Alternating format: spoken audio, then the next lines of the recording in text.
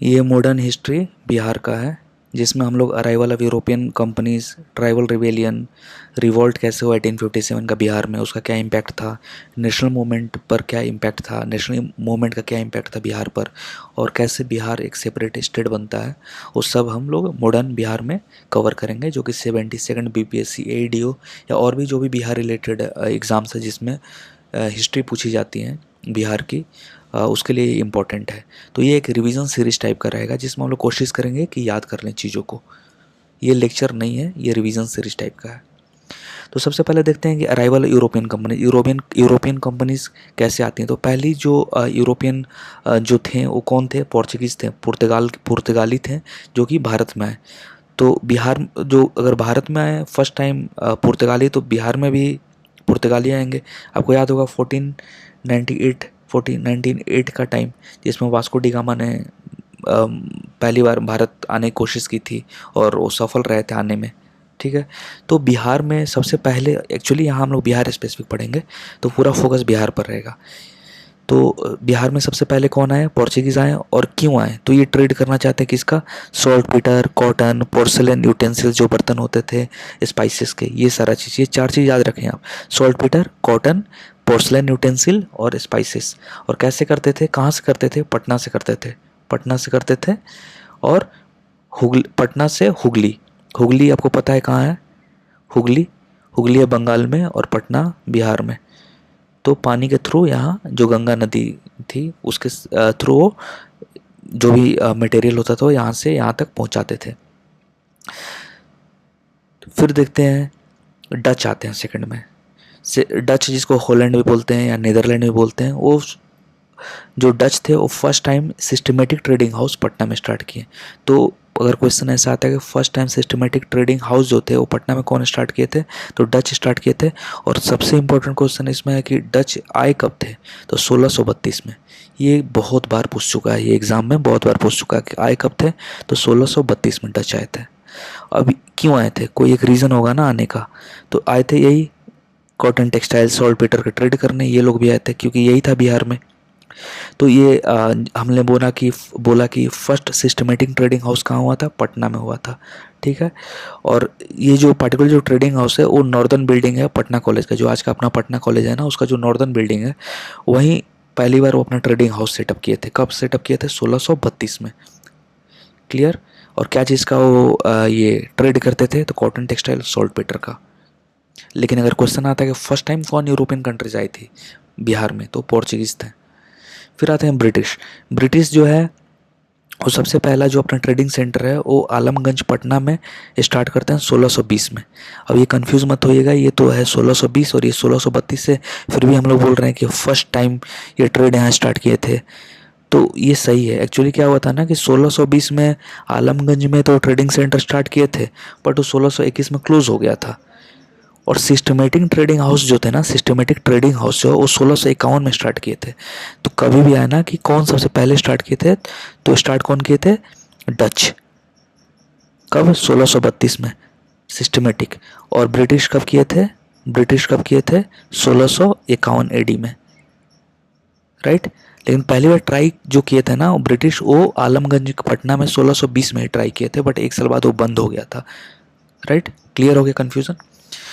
फिर देखते हैं ब्रिटिश ट्रैवलर एक पीटर मोंडी थे, बहुत फेमस ट्रैवलर थे, जो कि बिहार विजिट किए थे 1632 में, वही उसी टाइम डच के टाइम में भी विजिट किए थे।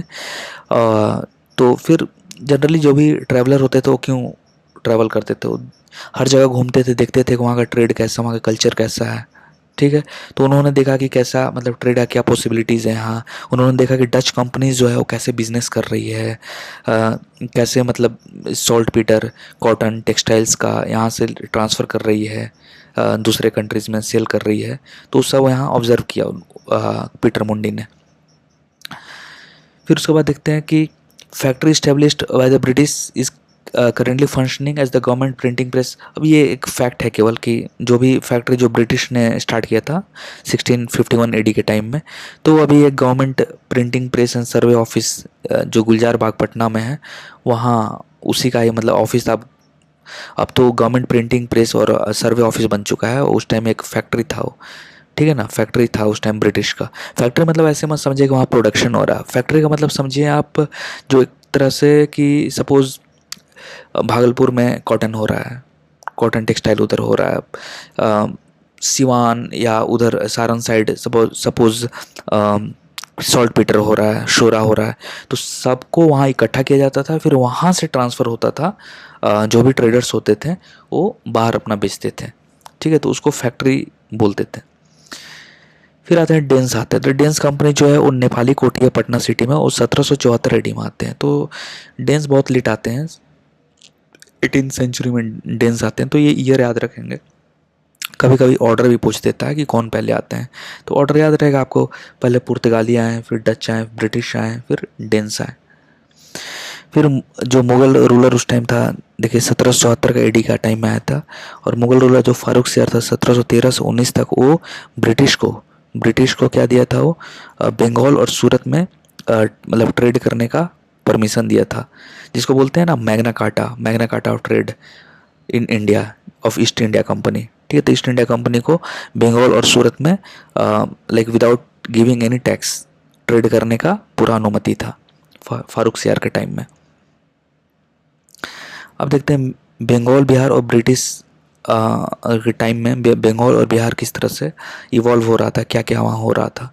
तो मुग़ल एम्परर जो फारूक सियार था 1713 से 19 तक, हमने अभी पढ़ लिया कि वो बंगाल और सूरत का जो मतलब ट्रेडिंग राइट्स है, फ्री ट्रेडिंग राइट्स है बोल सकते हैं, वो ब्रिटिश को दे दिया था, जिसको मैग्ना कार्टा बोलते हैं ईस्ट इंडिया कंपनी का। फिर उसके बाद देखते हैं कि जो ब्रिटिश कंपनी था वो ट्रेडिंग राइट तो उसको 1717 में मिल गया। दूसरी तरफ जो फारूक सियार जो था वो मुर्शिद कुली खान को बंगाल का गवर्नर भी बना दिया। 1717 में Magna Carta of East India Company मिला, Magna Carta of East India Company. Magna Carta किसका? ट्रेड का, 1717 में मिला। और उसी टाइम जो फारूक सियार था वो क्या किया कि वो बंगाल के लिए मुर्शिद कुली खान को गवर्नर अपॉइंट किया। किसको किया? मुर्शिद कुली खान को। मैग्ना कार्टा कब आया? 1717 में। कौन दिया? फारूक सियार दिया। क्लियर? अब आते हैं, अब मुर्शिद कुली खान बंगाल का गवर्नर बन चुका है, 1717 का टाइम है, राइट। अब उसके बाद क्या हुआ कि बहुत सारे गवर्नर हैं, बट हम जो इम्पोर्टेंट गवर्नर्स होंगे उनके बारे में हम लोग पढ़ेंगे। मुर्शिद कुली खान है 1717 से 1727 तक, 10 साल उनका रेन रहा वहाँ। फिर सुजाउद्दीन है, ये भी 27 से लेकर 39 तक रहे हैं। फिर सरफराज खान है, 39 से 40 तक आए। फिर यहाँ से स्टार्ट होता है हम लोग को जो पढ़ना है अलवर्दी खान से। तो अलवर्दी खान जो था ना, वो बैटल ऑफ गिरिया में 1740 में हुआ था। वो अपने आप को नवाब डिक्लेयर करते हैं, किसको हरा के? सरफराज खान को हरा के। तो सरफराज खान एक साल के लिए ही रहते हैं। तो बैटल ऑफ गिरिया याद रखें किसके किसके बीच में हुआ था? अलवर्दी खान और सरफराज खान। अगर आ गया कि पहला नवाब ऑफ बंगाल कौन था? मुर्शिद कुली खान। कौन अपॉइंट किया था इनको? फारूक सियार। फिर सुजाउद्दीन आते हैं, सरफराज खान आते हैं, फिर अलवर्दी खान आते हैं। तो अलवर्दी खान कौन सा बैटल में बने थे नवाब ऑफ बंगाल? किसको हरा के? सरफराज खान को हटा के। क्या नाम था उस बैटल का? बैटल ऑफ गिरिया। कब हुआ था? 1740 में। क्लियर? अब आते हैं, जब अलवर्दी खान का 1756 में डेथ हो जाता है तो उनका एक ग्रैंडसन था सिराजुद्दौला। ये बहुत इंपॉर्टेंट रूलर होंगे। सिराजुद्दौला वो नवाब बनते हैं बंगाल के। कब बनते हैं? 1756 में। हमेशा याद रखेंगे, अलवर्दी खान के बाद कौन बनते हैं? सिराजुद्दौला। ये इंपॉर्टेंट है, सिराजुद्दौला। अब देखते हैं कि जब सिराजुद्दौला ये नवाब बने तो उस टाइम ब्रिटिश कंपनीज तो, क्योंकि 1717 के बाद ही उन लोगों को तो मैग्ना कार्टा मिल चुका था, वो लोग फ्री ट्रेड करते थे सब चीज़, ठीक है। तो एक तरह से अच्छा खासा इम्पैक्ट था ब्रिटिश जो भी ईस्ट इंडिया कंपनी थी उनका बहुत अच्छा इम्पैक्ट था ये जो बंगाल था। अब देखते हैं कि जो अब सिराजुद्दौला तो बन गए अलवर्दी खान के बाद, लेकिन पहला कन्फ्लिक्ट हो जाता है। कब? किसके बीच में? सिराजुद्दौला और कंपनी के बीच में कॉन्फ्लिक्ट हो जाता है। कब होता है? 4 जुलाई 1756 को कॉन्फ्लिक्ट होता है कसीम बाजार में, राइट। और वो क्या करते हैं कि कलकत्ता को 16 जून 1756 को कैप्चर कर लेते हैं। तो उस टाइम ही जो ब्रिटिश ऑफिसर था रॉजर ड्रेक था, वो कलकत्ता छोड़ के भाग जाता है। उसके बाद क्या करते हैं कि सिराजुद्दौला है वो फोर्ट विलियम को भी कैप्चर कर लेते हैं। फोर्ट विलियम बना था आई थिंक 1799 के टाइम में फोर्ट विलियम बना था कलकत्ता में ही, जिसको उसका नाम चेंज करके वो कलकत्ता का नाम चेंज करके वो क्या कर देते हैं, अलीनगर कर देते हैं।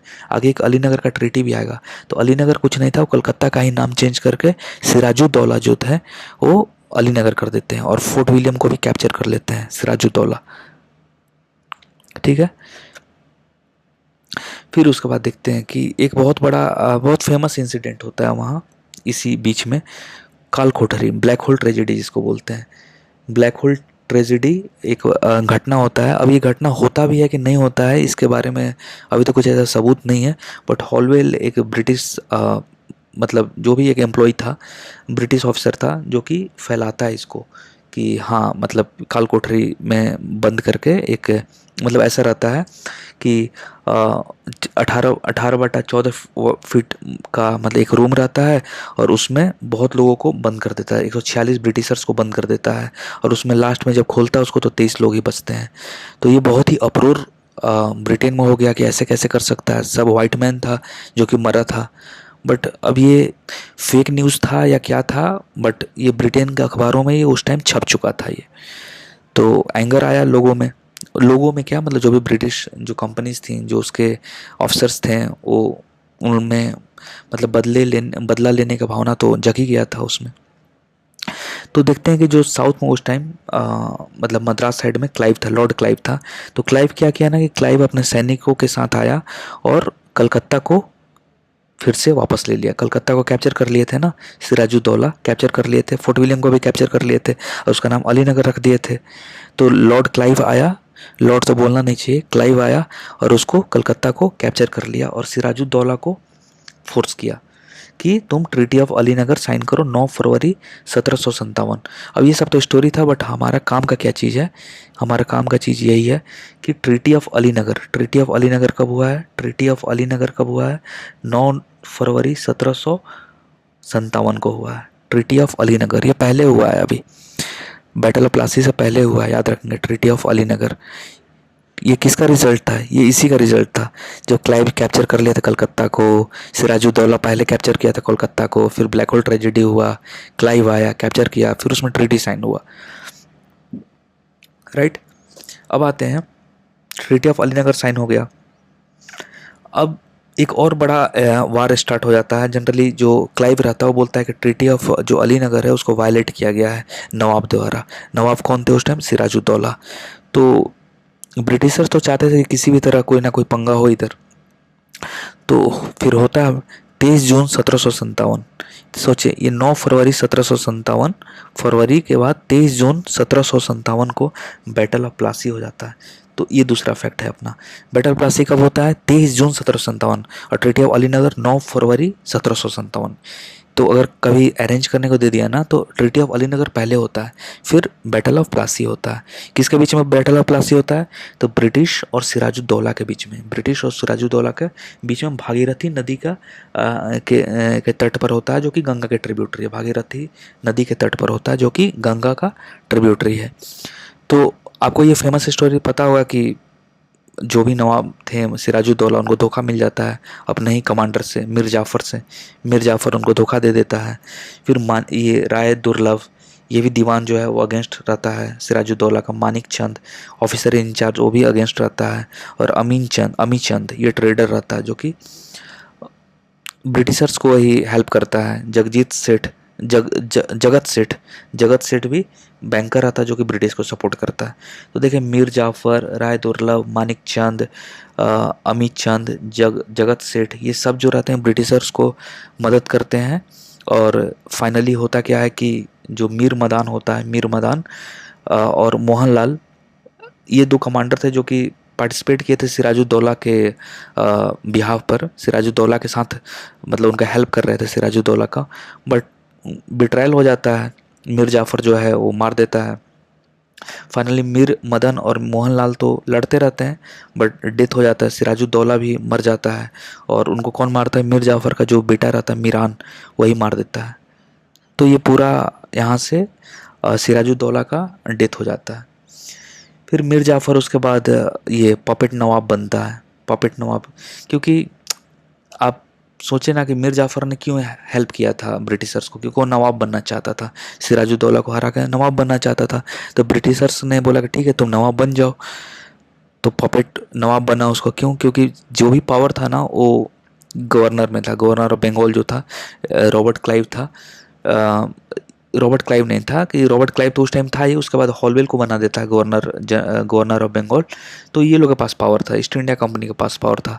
और ये लोग के पास केवल मीर जाफ़र के पास केवल एडमिनिस्ट्रेशन था, यानी जो भी डे टू डे एडमिनिस्ट्रेशन वो देखो, और टैक्स कलेक्शन का जो भी काम है ना वो ब्रिटिशर्स करेंगे। फिर 1760 में क्या होता है, मीर जाफ़र का जो सन इन लॉ रहता है वो मीर कासिम, वो नवाब बन जाता है बंगाल। नवाब ऑफ बंगाल बन जाता है मीर कासिम। तो मीर जाफ़र के बाद मीर कासिम। तो एक बार ये देख लेते हैं चार्ट। अलवर्दी खान और सरफराज खान, गिरिया का बैटल 1740। सिराजुद्दौला किसके साथ लड़ जाता है, ब्रिटिशर्स के साथ लड़ जाता है। फिर ब्लैक होल ट्रेजेडी वो सारा काम होता है, अली नगर का ट्रीटी। फिर बैटल ऑफ प्लासी हो जाता है, ठीक है, डेट भी याद है आपको। फिर मीर जाफ़र बनता है वही जो हेल्प करता है ब्रिटिशर्स को हराने के लिए सिराजुद्दौला को, और सिराजुद्दौला को धोखा देता है, कमांडर रहता है। फिर उसके बाद इसका सन इन लॉ रहता है मीर कासिम, वो बनता है। मीर कासिम थोड़ा स्मार्ट था, तो देखते हैं क्या करता है। स्मार्ट था तो ये सबसे पहले क्या करता है ना कि मुर्शिदाबाद, मुर्शिदाबाद कहाँ है, बंगाल में है। तो ये मुर्शिदाबाद से मुंगेर अपना डिस्ट्रिक्ट शिफ्ट कर जाता है। कहाँ शिफ्ट कर जाता है, मुर्शिदाबाद से मुंगेर। तो क्वेश्चन आता है, हमेशा क्वेश्चन ये आता है कि कौन सा नवाब था जो कि अपना कैपिटल मुर्शिदाबाद से मुंगेर शिफ्ट कर गया, कौन था? तो ये मीर कासिम था, मीर कासिम था। अब क्या बोला कि उसके क्यों किया है, इसका रीज़न क्या था? सोचे क्या रीज़न था कि ब्रिटिश ईस्ट इंडिया कंपनी का इंटरफेरेंस नहीं हो। मुंगेर में रहेगा, उधर ब्रिटिश ईस्ट इंडिया कंपनी नहीं रहेगी तो इंटरफेरेंस नहीं होगा, कोई भी काम कर सकता है। और क्या हुआ था कि दस्तक जो कि मैग्ना कार्टा जो मिला था ईस्ट इंडिया कंपनी को, जो कि फ्री ट्रेड कर सकती थी ब्रिटिशर्स नॉमिनल फ़ी के साथ बंगाल सूरत वाला एरिया में, तो इसको भी वो क्या बोला कि एबोलिश कर देगा, ठीक है। तो एबॉलिश कर देगा नहीं, एक्चुअली क्या हुआ कि दस्तक तो था ही, ब्रिटिशर्स को दस्तक मिला हुआ था जो कि वो फ्री ट्रेड कर सकते थे। अब मीर कासिम क्या सोचा कि अच्छा ब्रिटिशर्स जो भी ट्रेडर्स हैं उन लोगों को तो फ़ायदा हो रहा है, बट इंडियन ट्रेडर्स को तो बहुत नुकसान हो रहा है। तो क्या किया ना कि जो भी टैक्स था ना इंडियन ट्रेडर्स के लिए भी फ्री कर दिया। दस्तक का कोई अब ज़्यादा वैल्यू नहीं रहा, सबका बराबर हो गया। मतलब ब्रिटिशर्स भी जो ही पार्टिकुलर जो टैक्स देते थे छोटा सा, और जो लोकल ट्रेडर्स थे उनके लिए भी फ्री कर दिया, मतलब नॉमिनल फ़ी के साथ, राइट। अब क्या हुआ कि इसके साथ ब्रिटिश ट्रेडर्स को प्रॉब्लम हो गया, क्योंकि वो तो एक छत्र उनका राज था ट्रेडिंग पर। अब प्रॉब्लम क्रिएट होने लगा।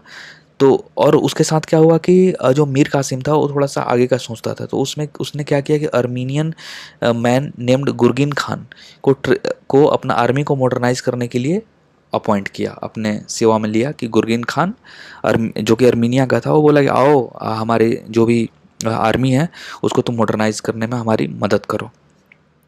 मीर कासिम उसके बाद क्या होता है कि मीर कासिम जो है वो जो डिप्टी गवर्नर बिहार का था राम नारायण, उसको डिसमिस कर देता है पोस्ट और मरवा देता है उसको, ठीक है।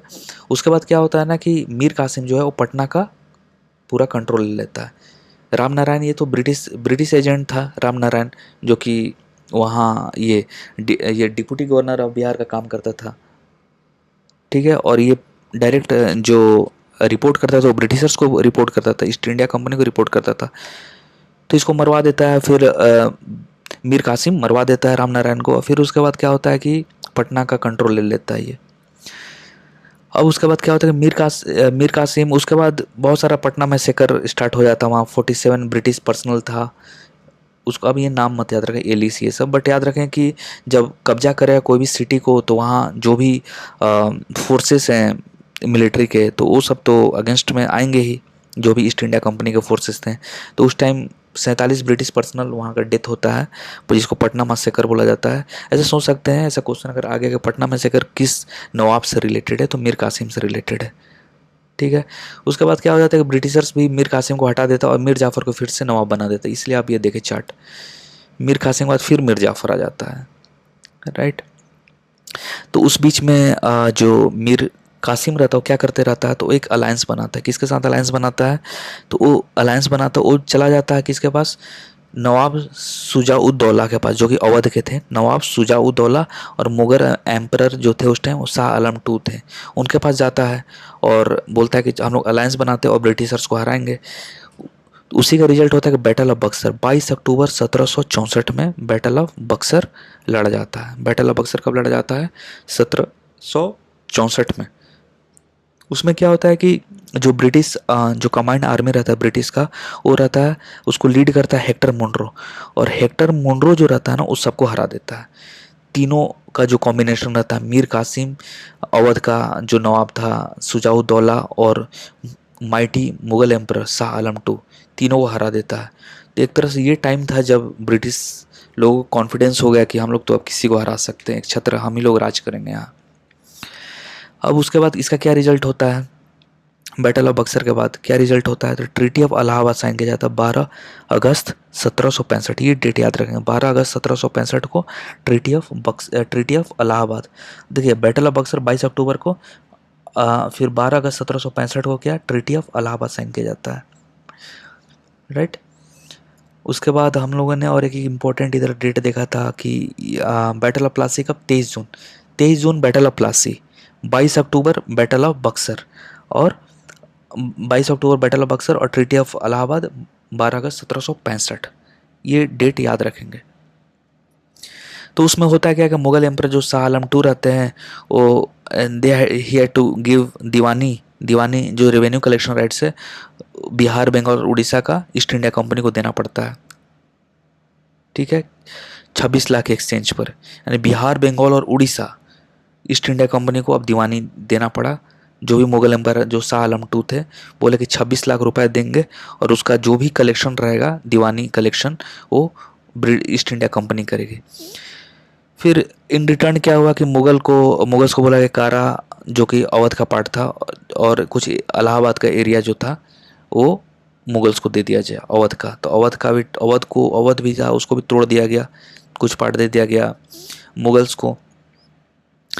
और उस टाइम क्या हो गया कि मीर कासिम को तो कुछ मिला ही नहीं, बहुत ही मतलब गरीबी का हालत में वो उनका डेथ हुआ लास्ट में।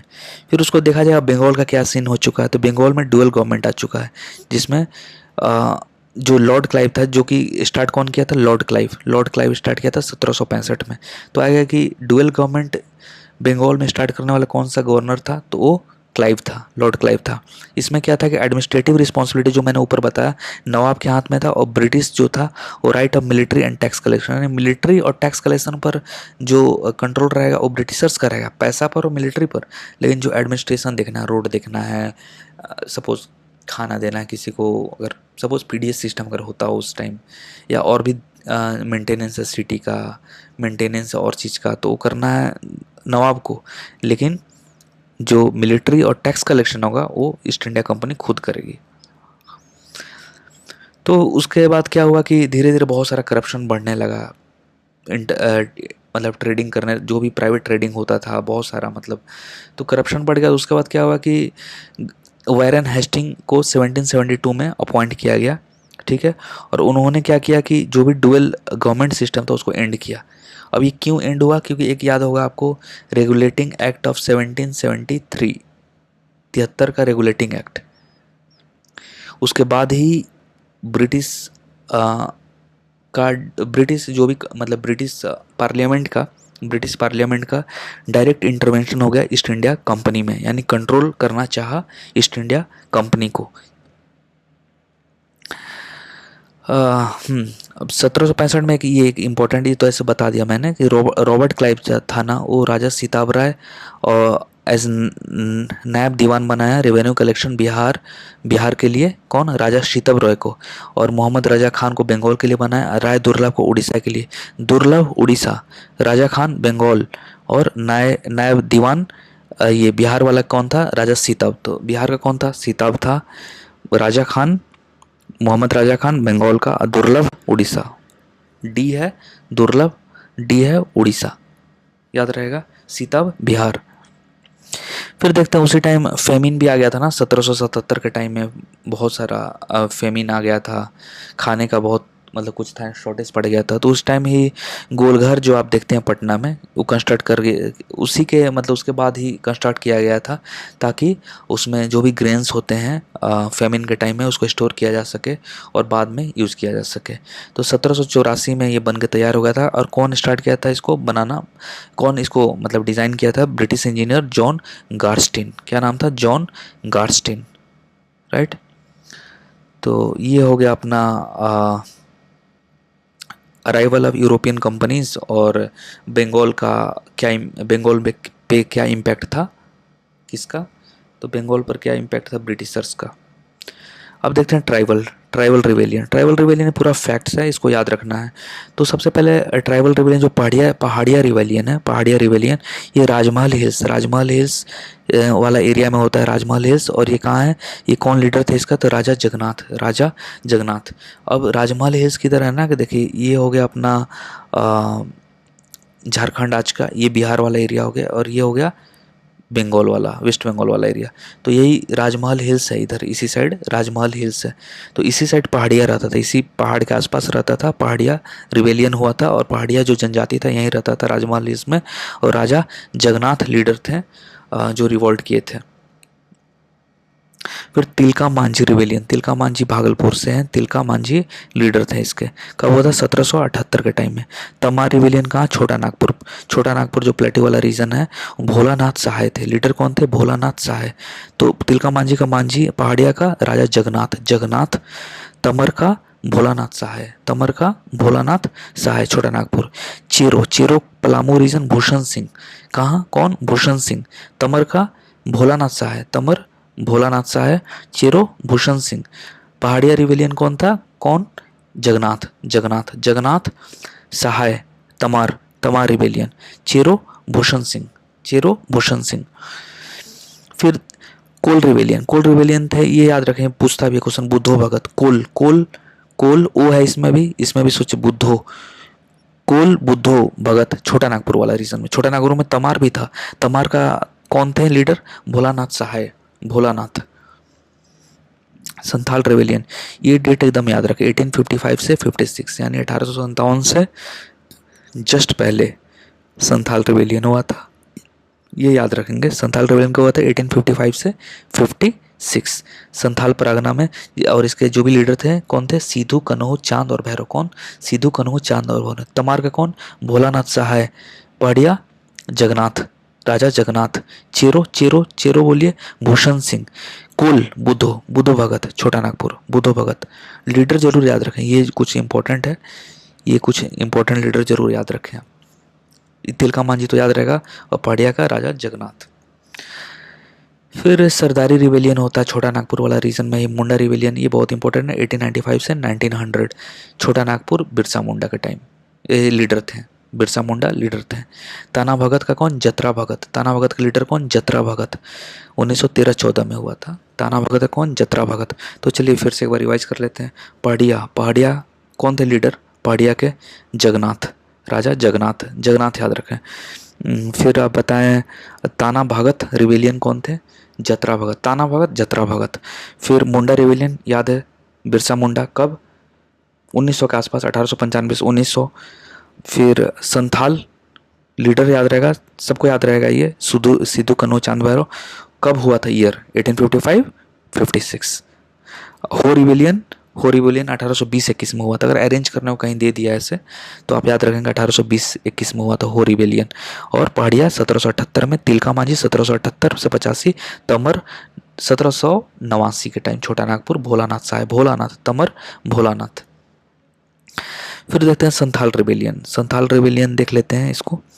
संथाल रिवेलियन क्या हुआ था कि जस्ट बिफोर द 1857, जैसे बताया मैंने कि 1857 से हुआ था। और भागलपुर से राजमहल हिल्स था। भागलपुर आप देख रहे हैं, ये वाला रीजन, ये वाला जो रीजन है भागलपुर का, ये थोड़ा सा भागलपुर रीजन। और ये जो पहाड़ राजमहल हिल्स है, ये तो ये वाला रीजन में हुआ था, इधर बंगाल हो गया। तो ये एरिया को बोलते हैं दमने कोह, दमने कोह। तो ये इसको देखा जाए संथाल रिवेलियन ऐसे मेंस में भी आता है बीपीएससी में, तो इसको फर्स्ट स्ट्रॉन्ग ट्राइबल रिवेलियन बोला जाता है। क्या बोला जाता है? फर्स्ट स्ट्रॉन्ग ट्राइबल रिवेलियन बोला जाता है। इसमें क्या था कि जो भी वहाँ के लोग थे, संथाली लोग थे, वो जो आउटसाइडर्स होते थे उनको बोलते थे डिकूज, बोलते थे डिकूज। क्या बोलते थे आउटसाइडर्स को? डिकूज, जो कि ब्रिटिशर्स हो सकते थे, बाहर के जमींदार हो सकते थे, ठीक है। तो उनको उनके अगेंस्ट थे क्योंकि वो एक्सप्लॉइटेशन करते थे, जो भी मनी लेंडर्स होते थे, जमींदार होते थे, ब्रिटिशर्स होते थे, उनको एक्सप्लॉइट करते थे। और उसके बाद क्या हुआ कि जो भी इनका कल्चर था, जैसे मांझी सिस्टम और परही सिस्टम था, पंचायत परहा पंचायत सिस्टम था, इसको भी चेंज करने की कोशिश किए थे ब्रिटिशर्स लोग। तो इसके खिलाफ भी ये लोग रिवोल्ट करते हैं कि नहीं, हम लोग की जो ट्रेडिशंस को क्यों चेंज कर रहे हो। तो उस टाइम ये लीडर हैं सिद्धू कन्हू चांद और भैरव, जो कि अपने जो भी संथाल 6,000 संथालों के साथ मिलके, जो उस टाइम कमांडर थे मेजर बारो, ठीक है, वो आए थे, उन पर अटैक किए ये लोग, और इसी में इनका शहादत हो गया, मतलब किल कर दिए गए। अपने जो भी संथाल ट्राइबल लोग थे उनको मार दिए। फिर किसी भी तरह कैप्टन अलेक्जेंडर और लेफ्टिनेंट थॉमस जो थे उस रिवेलियन को दबाने में सक्सेसफुल रहे। तो कभी नाम पूछ दिया कि जो संथाल रिवेलियन था कब स्टार्ट होता है? 1855 से 56 में। कहाँ? दमने को एरिया। कौन सा एरिया है? भागलपुर, पहाड़पुर वाला, ये पहाड़पुर कर रहा हूँ, राजमहल हिल्स वाला एरिया। डिकूस क्या था? आउटसाइडर्स था। मांझी परही क्या है? ये पंचायती राज, पंचायत सिस्टम है। ये जो संथाल्स थे, लीडर कौन थे? सिद्धू कन्हू चांद भैरव। किसको मारे थे संथाल्स? मेजर बारो को। और कौन सप्रेस कर दिया था? तो सप्रेशर का नाम बारो भूल भी सकते हैं, बट अभी याद रखें अलेक्जेंडर, कैप्टन अलेक्जेंडर और लेफ्टिनेंट थॉमसन, ये जो थे ना वो दबा दिए इस मूवमेंट को। क्लियर? फिर ये जो पर्टिकुलर जो मूवमेंट होता है उसके बाद ब्रिटिशर्स लोग भी हार मानते हैं और वहाँ संथाल परगना टेनेसी एक्ट आता है 1876 में। ये याद रखेंगे 1876 में। कब आता है ये? 1876 में। तो ये कभी कभी पूछ देता है ऐसे ही कि in which year the Santhal Pargana tenancy act came in force? 1877, 1855, 1876, 1889 ऐसे दे देगा। तो 1876 में, ये डेट पक्का याद रखें आप।